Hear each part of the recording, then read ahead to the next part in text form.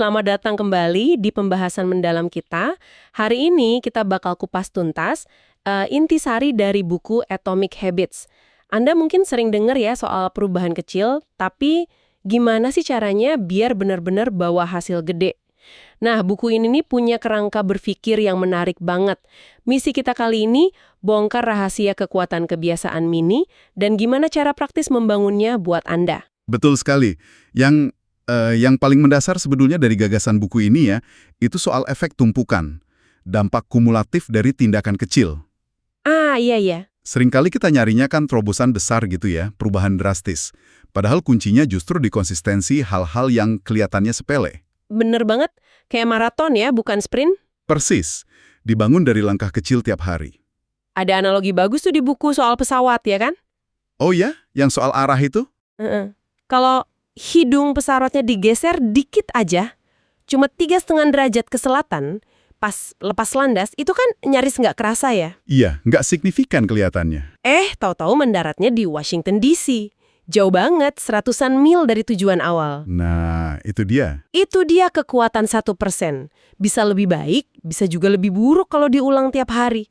Penulisnya nyebut ini efek gabungan ya, compounding effect. Betul, compounding effect. Sedikit perbaikan yang konsisten, itu hasilnya bisa luar biasa, tapi sebaliknya juga, penurunan kecil, kesalahan 1% kalau diulang-ulang terus, ya, itu bisa jadi racun. Ngeri juga ya kalau gitu. Nah, ini nyambungnya ke konsep yang namanya plato potensi laten. Plato potensi laten, gimana tuh? Jadi gini, kita kan seringnya frustrasi ya, udah usaha keras kok akhirnya nggak ada hasil gitu. Iya banget, sering ngerasa gitu. Nah, itu mirip kayak manasin es batu.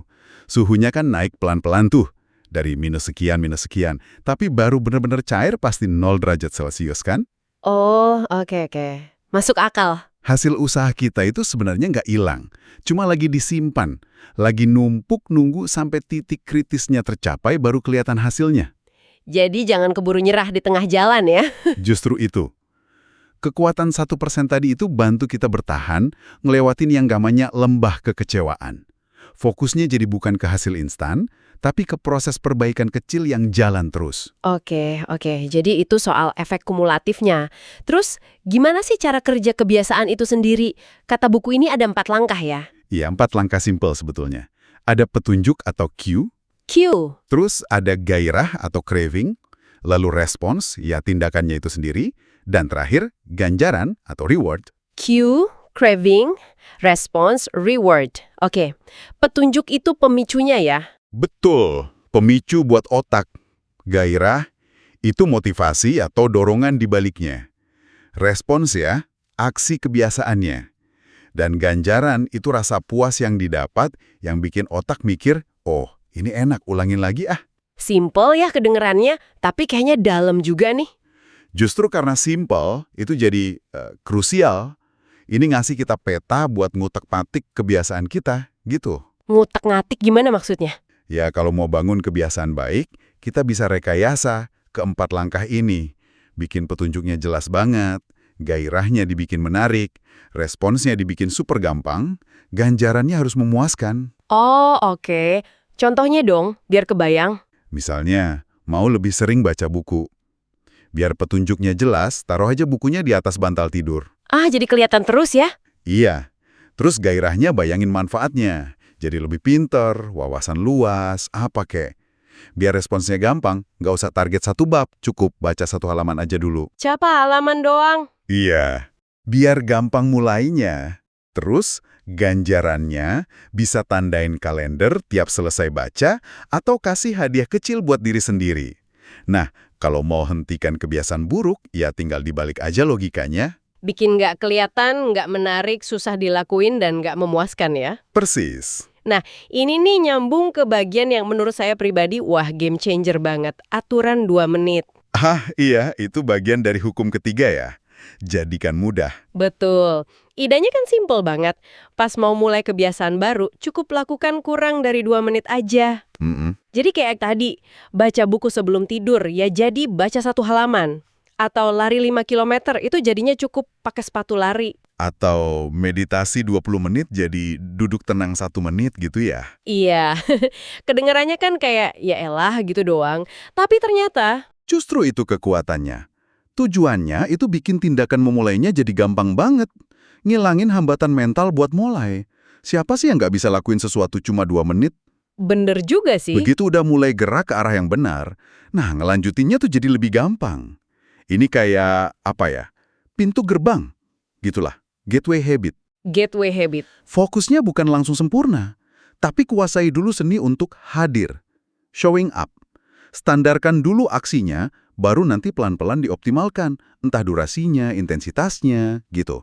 Oke, jadi udah mulai nih pakai aturan 2 menit. Biar awet gimana? Biar nggak berhenti di tengah jalan. Nah, masuk ke hukum keempat. Jadikan memuaskan. Kita ini kan makhluk yang butuh merasa berhasil ya. Sekecil apapun kemajuan itu perlu dirasain. Setuju, biar semangat terus ya. Makanya, melacak kebiasaan atau habit tracking itu bisa efektif banget.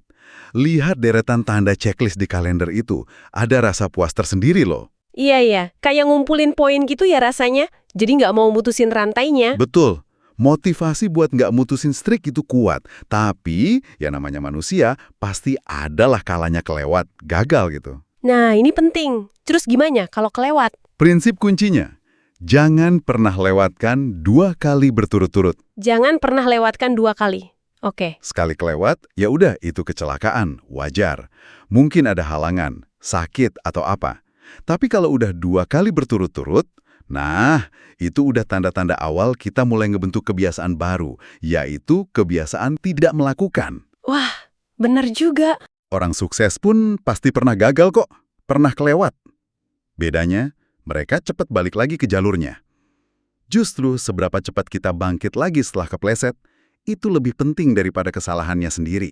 Mantap nih prinsipnya, cepet bangkit lagi ya. Iya, Oke, kita udah bahas soal efek tumpukan, lingkaran kebiasaan, aturan 2 menit, sama soal tracking dan jangan lewatkan 2 kali. Tapi sebenarnya kenapa sih semua ini penting banget? Apa tujuan akhirnya? nah ini masuk ke lapisan yang paling dalam menurut saya. Ini bukan cuma soal mencapai target A atau B, Terus soal apa, Do? soal membentuk identitas diri. Identitas? Maksudnya gini, buku ini bilang, setiap kali kita melakukan satu kebiasaan, sekecil apapun, itu kayak kita lagi ngasih suara atau vote. Vote. Suara untuk apa? Suara untuk tipe orang seperti apa yang kita inginkan. Contohnya, tiap kali Anda maksain diri buat olahraga, walau cuma sebentar, Anda itu sebenarnya lagi ngasih suara. Saya adalah orang yang aktif. Oh, jadi tiap tindakan itu kayak bukti kecil ya? Persis. Tiap kali Anda maksain nulis 1 paragraf aja, Anda ngasih suara, saya adalah seorang penulis.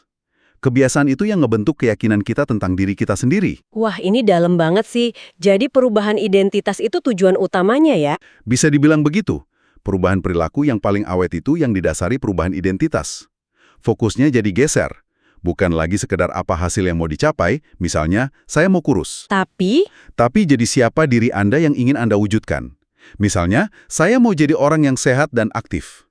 Hasilnya nanti ngikutin. jadi secara harfiah kita menjadi kebiasaan kita ya? Tepat sekali.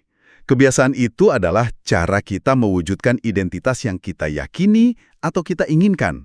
Oke. Jadi kalau dirangkum nih buat pendengar kita semua, apa artinya ini semua buat Anda? Kekuatan sebenarnya itu ada di konsistensi ya. Konsistensi tindakan kecil yang numpuk. Betul. Fokus ke sistemnya, jangan cuma ke target akhirnya. Terus, pakai aturan 2 menit biar mulainya gampang banget. Lacak kemajuan biar ada rasa puas. Dan kalaupun gagal, Cepat bangkit lagi. Jangan lewatkan 2 kali. dan yang paling penting, ingat kalau tiap aksi kecil itu lagi ngebentuk diri Anda jadi orang yang Anda inginkan. Iya.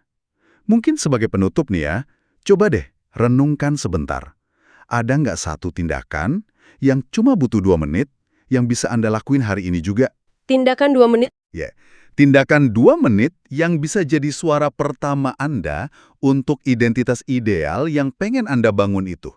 Nggak usah mikir harus sempurna. Cukup mulai aja kemajuan kecil yang berkelanjutan itu.